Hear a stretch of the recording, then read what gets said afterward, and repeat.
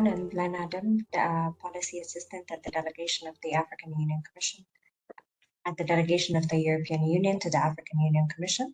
I will be co-moderating the session together with my colleague, Mr. Dukobi Seke. This session will feature presentations and discussions on IPRs for the private sector. Startups, SMEs, business support organizations, and corporations will share with us their strategies for protecting IPRs, ways to scale up, and tips for negotiating APR agreements and partnerships. Over to you, Mr. Seke, for please introducing the speakers. Thank you indeed. So we have three distinguished speakers. The first one is Felista Aku. Felista Aku is Senior Partnership Manager of at Africa Labs. And after her, we are going to have Jose Ricardo Aguilar. He's part of the Knowledge and the Valorization Department at Instituto Pedro Nunes. He promotes the use of intellectual property system by the Institute Innovation Ecosystem. He assists researcher and entrepreneur on the fundamental of IP. Also invited more often as lecturer at Universidad de Coimbra School of Pharmacy, teaching IP to graduate and master student. Also member of EPO, Standing Advisory Committee on Patent Information and Documentation, member of ERTO, European Association of Research and Technology Organization, Legal Expert Working Group, as well as part of the SPAC, Space Law Research Center at Universidade Nova de Lisboa. And our last distinguished speaker is Dominique Muldemans from the Biocrop Science. Dominique is an independent legal attorney, studied law in Leuven and Strasbourg, member of the Brussels Bar, working as an attorney in intellectual property department of the law firm, Allen and Overy. He has been a senior counsel at Biocrop Science, now working as an independent attorney focusing on issues of access and benefit sharing and intellectual property. And finally, he advised CropLife International Institution, International Federation of Agricultural Biotechnology Companies. Also, finally, he has been a representative of industry in the ad hoc technical expert group on digital sequence information under the CBD. So he has been a regular speaker on IP and ABS issues. Hello, Andrea, may we have the presentation for Felista? Felistas, you can just take the floor, and we need to see your face if possible. Everyone, it's a pleasure to be here this afternoon to contribute to, the various conversations that we've been having around intellectual property rights. I'll be talking to you today about intellectual property rights for private sector, startups, SMEs, business support organizations, and corporations. So when we talk about intellectual property, we are talking about, the legal rights that protect the creation of the human mind, such as inventions, artistic works, designs, logos, etc. So this could be like a patent, trademark, copyright, designs, trade secret, etc. So intellectual property rights are essential for the promotion of creativity and innovation in society.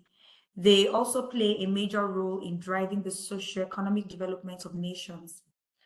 IPRs, sort of allows the creators and owners of intellectual property to benefit from their work and to prevent others from using it without their permission or compensation. Taking a look at the various intellectual property, the copyrights, the patents, trademarks, and the likes, right? For trade secrets, it's just the way they sound like. So it talks about the inner workings of a business, often protected by non-disclosure agreements signed by employees. And for this It helps consumers to recognize the origin, the quality, and purchase and prevent confusion and deception in the market. So, for example, when you see the Coca-Cola, for example, when you see, Apple, you can just tell that, okay, this brand, this logo stands for this, entity that has been in the market for such a long time, that has been known to produce, something of quality or whatever it is, like it just stands out. But copyrights are IPRs that protect the expression of original ideas. This could be in the form of, literary work, artistic work, musical, dramatic works, from being copied or reproduced or distributed, displayed or performed without the authorization of an author or owner. This is one thing that, the Nigerian market, for example, suffers a lot. You see situations where an individual puts in so much work to author a book or put together a movie or go to the studio to record the music. And then because, copyright infringement, let me put it that way, someone else takes over such music, and then it begins to look like the product is doing better in the hand of the person who is infringing than even the person who, is the original owner. So copyright encourages creativity and cultural diversity by allowing authors and owners to control and benefit from their works, and by promoting the dissemination and enjoyment of their works by the public. The third example of IPRs is patents, and these are intellectual property rights that grant the inventor of a new, useful, and non-obvious invention the exclusive right to make, use, sell, or license the invention. So why do we need to protect our intellectual property, right? Within the African innovation ecosystem, for example, startups are powerhouses of change, propelling groundbreaking ideas into reality. However, amidst the excitement of launching a new venture, startups, entrepreneurs, and business owners often overlook a critical aspect of their business strategy, which is the IP. So consideration for startups are not mere legal formalities where, it's another thing that we have to do, but cornerstone, so integral for safeguarding their innovation, fostering growth, and just preserving a competitive business edge for them, right? So the reason we need to, startups, entrepreneurs, need to protect their intellectual property. Number one is to secure their invention. So patenting your invention helps you protect them from copycats, right? Attract investors, monetize your IP, stand out, build your brand and identity. So by protecting your distinctive signs, such as words, logos, symbols, or designs that identify and distinguish your goods and services from those of your counterparts. So this can help you create customer loyalty, prevent confusion and deception in the market, and prevent unfair competition and infringement by others. So here are a few strategies, that startups and SMEs can employ to protect their IP.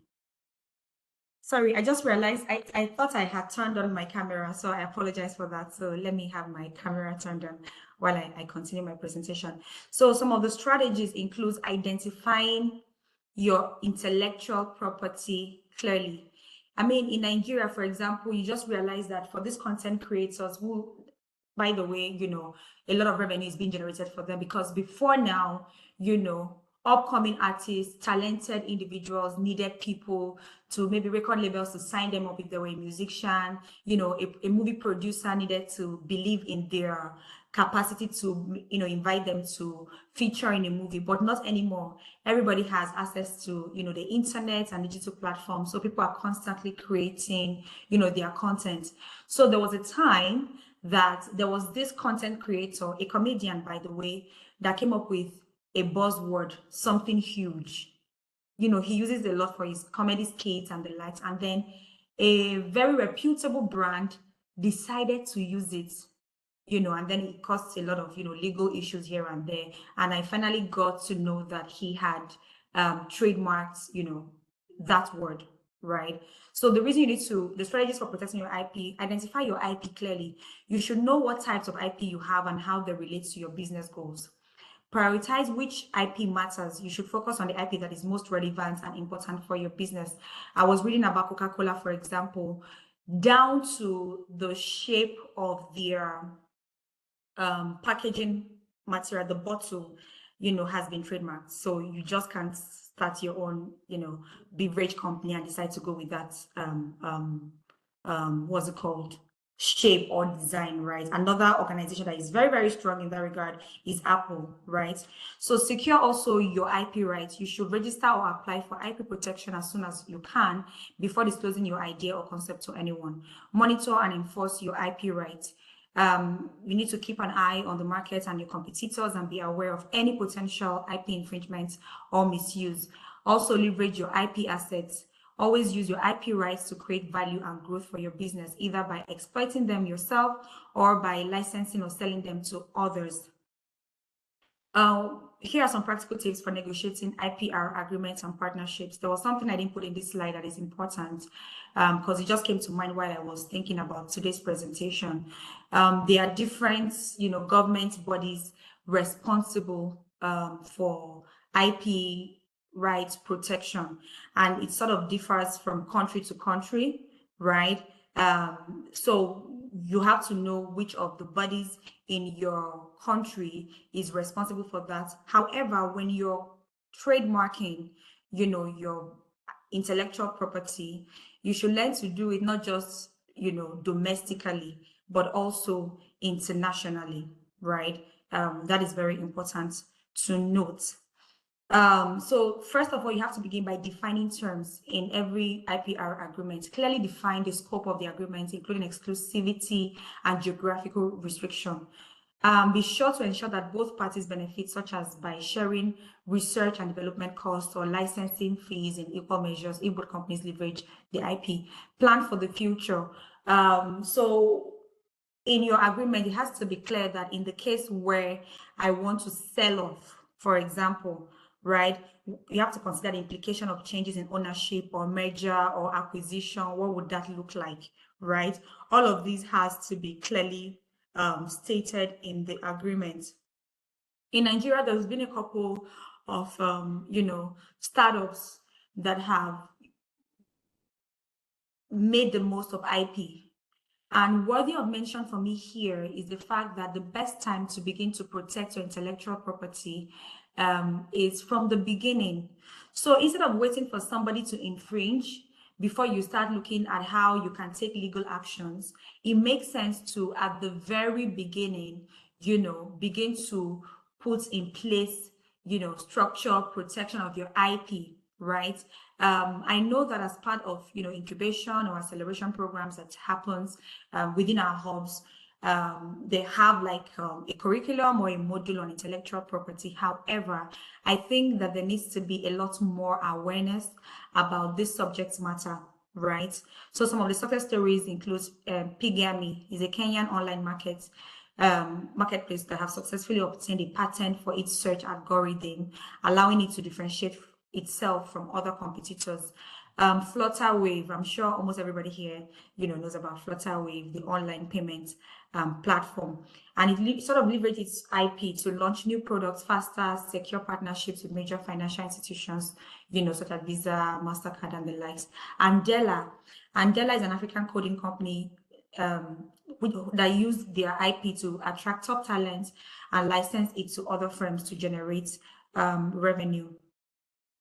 So for the business support organization, Feli, we are giving you a bonus of 2 minutes.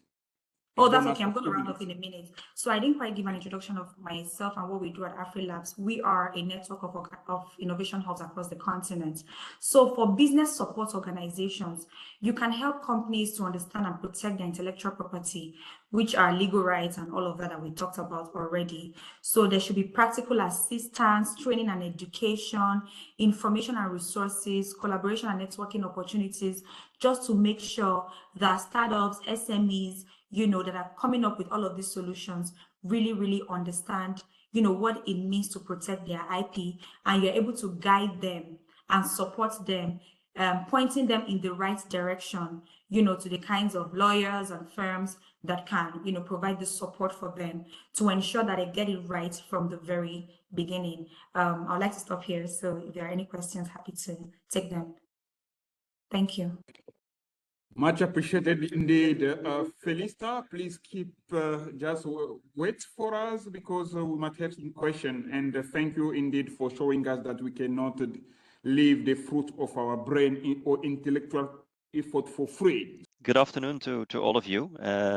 Thanks a lot for having me. It was very interesting to listen already to the presentations and the previous presentation, giving already a lot of background, I think, as to the importance of IP for SME startups, how to do things, practical advice. I mean, really very knowledgeable presentation. So that's great. As indicated, indeed, I will not have a slide deck. I was actually requested to step in quite late in the process, but I done some thinking on the key points I want to mention yesterday evening and have written for myself a bit of a line of thought on the things I would like to mention. So I'm actually a senior legal consultant to CropLife International, which is the industry association for the green biotech companies. I have been working for Bayer in the past, but I'm not working for Bayer anymore, but I've been asked by Godwin to actually step in and give a bit of a feedback from the ag perspective on the importance of IP and why this is something to keep into consideration when looking at setting up cooperations, public-private partnerships, and all of that. So happy to do that. As we have heard already from the previous speaker, if you talk about intellectual property, this comes in different forms. I mean, the example was given of Apple, of Coca-Cola. You're not talking about one IP, you're talking about trademarks, copyrights, trade secrets, and other things as well. The same is true in agriculture, actually. There's different types of IP working together. And in that sense, also agriculture is quite specific. On the one hand, you have patents. You have patents on technologies you develop, inventions you are making. For instance, certain traits. A good example is GMO traits, but it's not the only example. There is a lot of new techniques being used as well that will result in principle in an invention. And if that invention complies with the 3 patentability criteria, the novelty, the non-obviousness, and the industrial application, then you can get a patent to it. And that's important because these type of traits or technologies can be used in many different types of crops and varieties. So it's actually variety-wide that you can then patent technologies. The patenting of these type of technologies is also politically often sensitive because this is sometimes seen as you're patenting life, certain life forms, and that has already led to quite some debates in many different countries around the world, including in Europe and others as well. But the key thing is to keep in mind that you're actually patenting the invention, you're not patenting a discovery. And when complying with the key patentability criteria, this is important to protect as an IP because there's a lot of investment going into that. And there is the need actually to use that as an effective instrument to making it available, as we will see in a minute. Now, in addition to that, something that's specific to agriculture is an additional type of IP called plant variety protection rights, also called plant breeders' rights. And these rights are actually protecting the variety. A variety which is distinct, uniform, and stable can get a plant variety protection rights. But it's only protecting that specific variety that has been bred. And that's the difference with a patent. In a patent, you're protecting the traits that can be used and introgressed in many different varieties. A PVP will only protect one variety. That's why PVP and patents work together in a way in giving the comprehensive IP protection in the context of agriculture. And then in addition, it's important to also talk about the potential for trade secrets. I would say even an additional field which is going to become more and more important in many different sectors, including in agriculture, and that is the protection of data in itself. And then you can discuss at length, of course, is that an IP right? Is it not an IP right? But the protection of data, the access then to data, the use rights related to data will become highly important in this digitalized world, including when we talk about digital farming, which is also, of course, becoming more and more important. And then there is one additional kit on the block. It's not a pure IP right, but it has an impact on the license to operate that users might have. And that is actually access and benefit sharing. It's the rights on genetic resources. It's not a private right. It's a right that countries have through their sovereign rights. And it also now includes a lot of discussions actually on the digital component. And for instance, there's quite a few African countries engaged in that as well, including also the African Union in that context. So that's something which, again, is not an IP right, but it is relevant if you talk about the license to operate or the freedom to operate, as IP lawyers would like to refer to. There's a lot of new techniques, there's a lot of new developments that always then creates a lot of discussion on what is the scope of IP, what can be protected by IP, but that is actually the same in many other technologies as well, and it's not different in agriculture. Sometimes it's difficult to explain to people where is the invention because they see a plant and they see no difference between the broccoli, which includes maybe that patented technology, and the other broccoli. And that makes it sometimes very difficult to really understand and recognize that there is a technology in there that also requires and merits IP protection. Now, the question is, why do we need IP? And I think the previous speaker already set out in one of her slides very clearly, this is key to actually enable SMEs, for instance, to protect your invention, to attract investments, all of that. What is key, I think, is that it should be seen, and it is a key incentive for anybody who wants to engage in inventing things, that without that IP, one will most likely not start to invest all the money that is required in these new type of technologies, because a lot of these technologies are very costly, and hence it is actually very important to have that. Costly can be a cost that is borne by a big company, but it can also be investors that step in with an SME or maybe public funding that comes to an institution with regard to the IP. So it's relevant for all types of players in the innovation ecosystem, whether it's a big company, a small company, or also an academic institution. For all of them, this is of key importance. What is important to keep in mind as well is that IP enables and results in really a high level of socioeconomic benefits. And in that sense, I would like to refer to a study that we have once done, which was actually a study related to an oilseed rape technology that was developed by INRA, the well-known public institute in France working on agricultural research. They had a patent on this and they licensed it out to others who then brought this technology to the market. And when you look at public data, you can actually see that 75 to 80% of the benefits and of the value will go towards the society, so is in the form of socioeconomic benefits. While you enable that 75 to 80% of benefits by, at the same time, through an effective IP system, enabling and securing 20% of the benefits to go to the developer and the licensees of that developer. And in that sense, maybe an additional point to mention is that INRA, this was a successful technology. They were able to generate quite some revenue, and that enabled them to actually take on even more risky type of innovation with a much more insecure outcome because of the fact that they had revenue from one of their technologies. So that's an additional element in that context. So, Dominique, you have Yes. 1 minute bonus? Okay.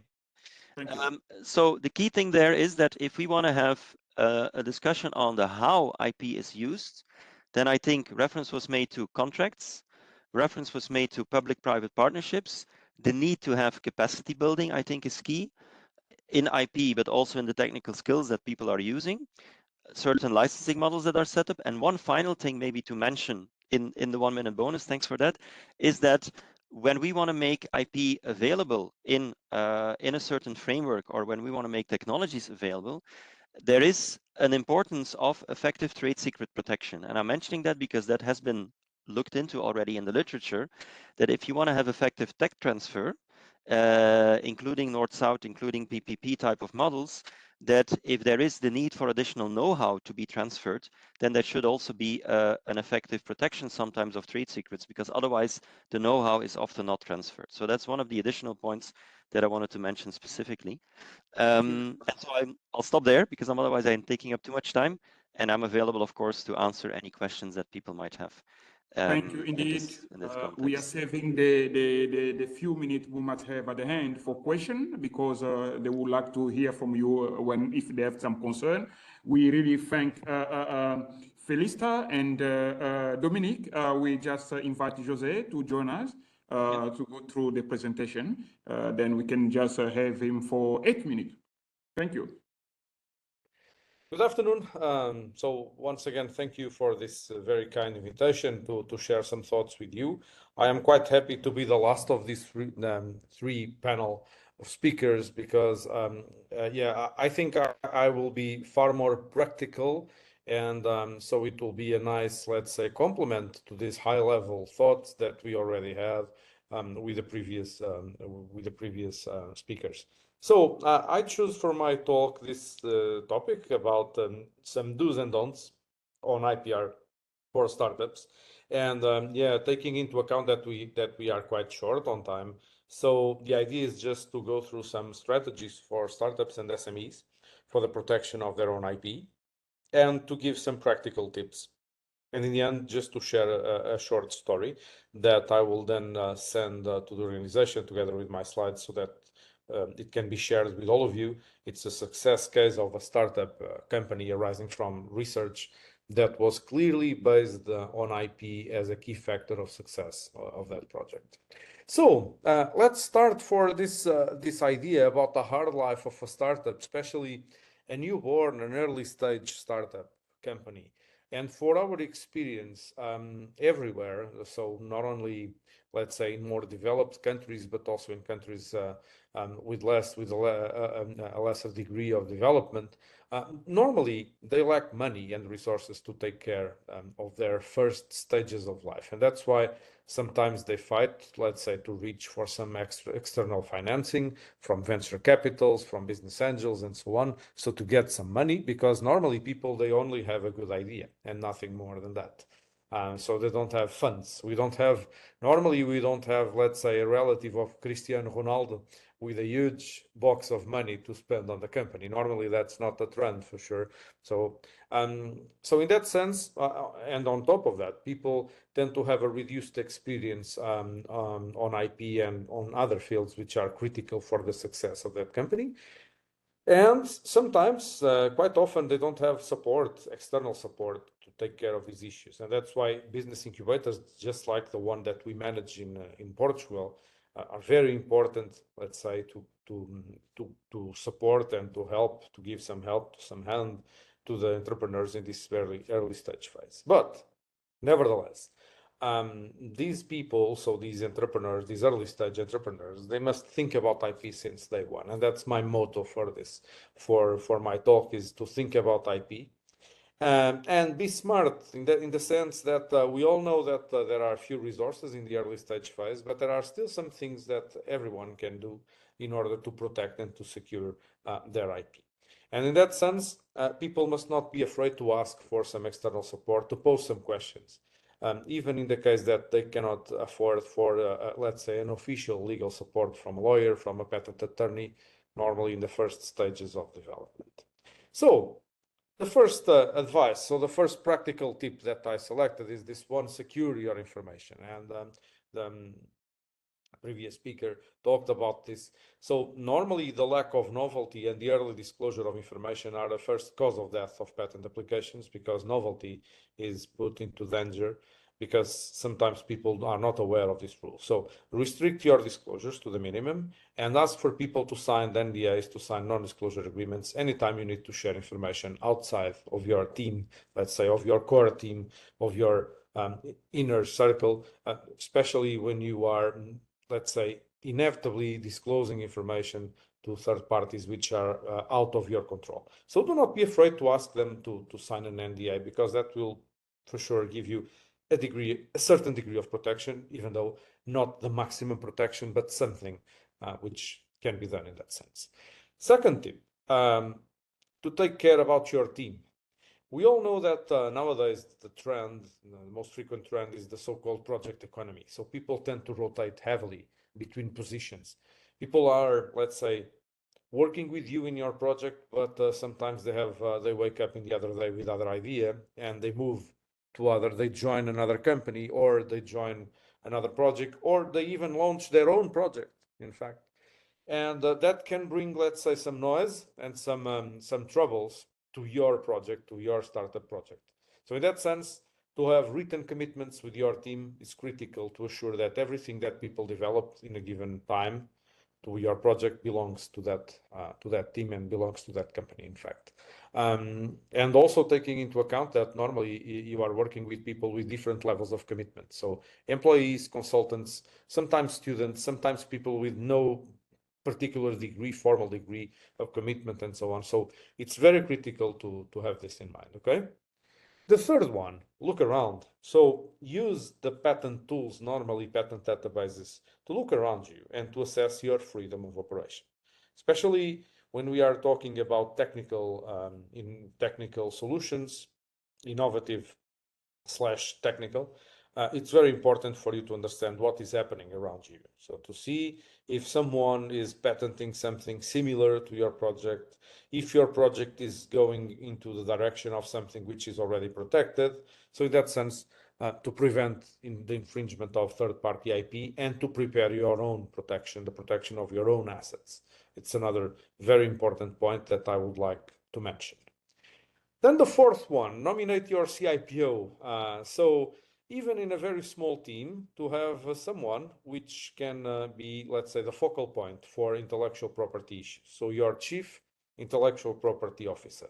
So the person that will be in charge, let's say, of answering questions that people will pose you on a pitch, or when you have a meeting with a possible investor, or when you are having a dialogue with a patent attorney, and also the person that internally will manage your IP rights, let's say, to comply with all the terms, with all, let's say, with all the deadlines as well, with all the timely payments of fees and so on. So it's very important for you to have someone and to have IP, let's say, centralized in a person or in a small team, and not to be, let's say, a topic that your team, that everyone will look around and from time to time they will assess that. So that's not at all the best strategy. And for sure, once again, I would like to stress that this can be applied to bigger companies, but also to very, very small teams and very early stage ventures. In this sense, I would like to share with you, and I will send that together with my slides, this success case of a company which was created by a researcher, by a full professor of our University of Coimbra, my town, so the town where I am based, where my institution is based, Instituto Pedro Nunes. And this was a pure spin-off company, so a company that brought research results to the market. So fundamental research, then converted into something more concrete, more applied, and then let's say ramping up the TRL scale towards something which is nowadays marketed. This company is focused on the medtech area, so it works on software solutions for medtech, which is, I am sure that you are aware of that, one of the hottest areas for patenting and a very, very competitive segment in the market. So it is for sure a case of a company that is nowadays successful because they bet on IP since day one, since their inception. So this was a concern because let's say the founder of this company took this very seriously since the beginning, working together with the university because he's still a full professor, even though he's the CEO of the company as well. But he was really, really aware of the importance of IP to his project, and therefore that he worked together with the university since the beginning for that. And that's why this case is part of the success cases which were disclosed 2 years ago by the European Patent Office. And I am more than happy to share the case with you, a PDF file that I will send together with my slides, so that everyone can learn with that case and to understand the relevance of IP, let's say, for the venture, the success of a given company. So my last word, and I'm trying to comply with my time, so it's think about IP since day one. So thank you once again. It was a real pleasure to share these thoughts with you in this session, and I open to any questions, if any. Thank you. Thank you. I'm handing over to Blaine. Blaine, you have the floor before I come after her to conclude and to give you the way forward for the remaining session. Thank you very much. Blaine? Thank you very much, Mr. Aguilar. Thank you, Mr. Maldermans and Ms. Aku. There's a question. I think this question should be directed to colleagues from the African Union Commission and from Auda Nepat. What are the systems for plant protection envisioned with the adoption of the AFCFTA? And for Mr. Maldermans, which other country experience could be used as a model for African countries? Thank you. Happy to give some perspectives on that one. It's a very good question, I think, because the AFCFTA creates a framework, and it creates a space in which you want to harmonize to a certain extent. So in which you can use that to actually have rules and laws and certain processes that will lower the transaction cost and will make it much easier for that in that context to actually secure your rights more quickly. And I think in that sense, I mean, we are here talking about EU, African Union cooperation. There, I think looking at what the EU has been doing in this field could be a very interesting one. There are, and also discussing potentially with WIPO, because in IP, there's a lot of cooperations, there's a lot of frames that have been set up, and that I think could work as an example for this. And then there could be additional exchanges with regard to processes that work, but also I think the capacity building that we talked about will be very important with regard to, for instance, examiners and all of that. And maybe that can be also centralized to a certain extent as an additional step to make that whole process much more effective. So it could be creating the leverage, I think, to make these things much more effective and help in all the directions. I think as far as instruments within the context of the African Union are concerned with regards to plant protection, I think after the adoption of the Nagoya Protocol itself, we had in the course of the negotiations developed the AU guidelines for the coordinated implementation of the Nagoya Protocol. So that could be an instrument to refer to with regards to regulating issues of ABS within the African continent. But Leonidas also has been posing a lot of interesting questions.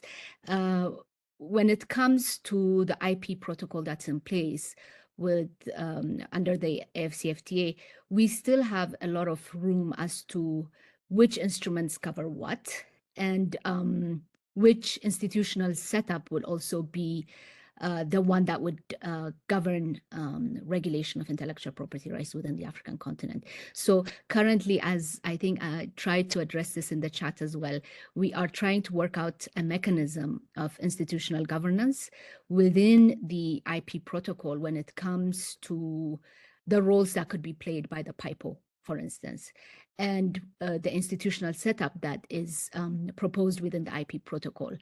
So, you know, there is still room as to what could be done to really ensure there is, you know, a seamless or a holistic approach to this. So we do have several of these instruments that could be used as guidelines, but moving forward with the protocol in place now, I think proper legally binding provisions would be in place, and we encourage you to stay engaged. We will also be available to share information as needed. Thank you very much for those questions indeed. And thank you for the reply, Ms. Capeta. I would like to conclude the session if we have no further questions. Okay, thank you again, once again, to all the speakers. We truly appreciate all your inputs. We will take a 23-minute break now, and we will have the concluding remarks after that.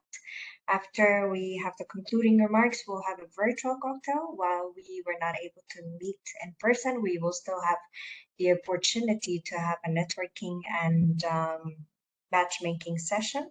We will have 3 sessions during this, and one on IP regulation, and another on technology transfer, and a third one on IP commercialization and licensing. So see you in 20 minutes. Thank you. Hello, everyone. So we are back from our break. Just checking in with you, Maled. Maled, are you with us? Thank you very much. I trust that all colleagues are back from the short break.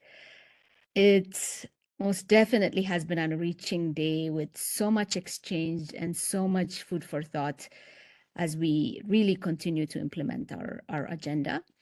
On my side, I just would like to thank all the presenters, especially those who stepped in for colleagues and did brilliantly, ensuring that we had the representation that we wanted from the key sectors.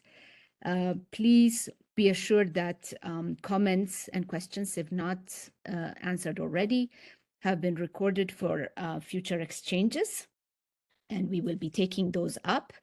Regarding the networking virtual cocktail, you will find on the chat the link to the breakout rooms. The link, upon clicking on the link, you will be required to choose your area of network, and then you would be taken to the breakout rooms. Please, however, do that after the brief final closing words.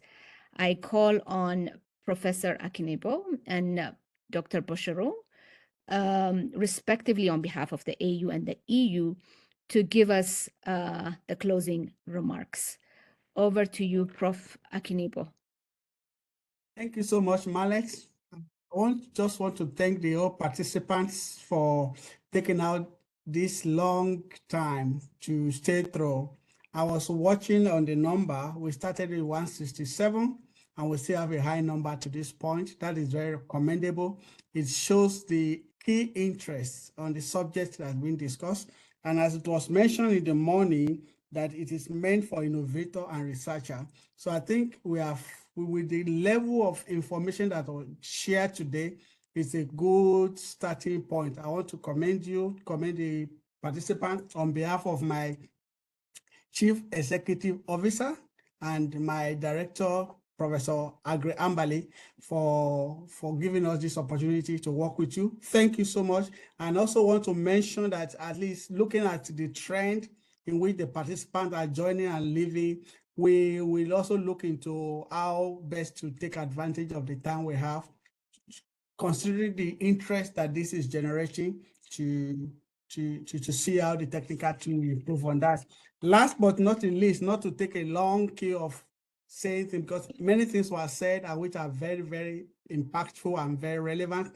But I want to leave us with this, that the last presenter mentioned that when you are thinking of IP, think about IP from day one. Think about IP from day one. I think that's a key message that I think I want us to also go with, going forward by the collaboration environment for innovator, for startup companies from the day one. Let's think about IP. And I wish all of us a very nice night. And please, let's keep networking, let's keep collaborating, let's keep strengthening the core between European Union and African Union innovation agenda. Thank you so much. Dr. Laurent Bocheron, for the final words, please. You have the floor, sir. Well, thank you, Malet, and thank you, Professor Akimbo. Unfortunately, Deputy Director Ninka has been called to another meeting, and she asked me to say a few closing words on her behalf and on the EU side. I will be very brief, as I'm aware that there's still one session to go, and that it is an exciting one, the virtual cocktail.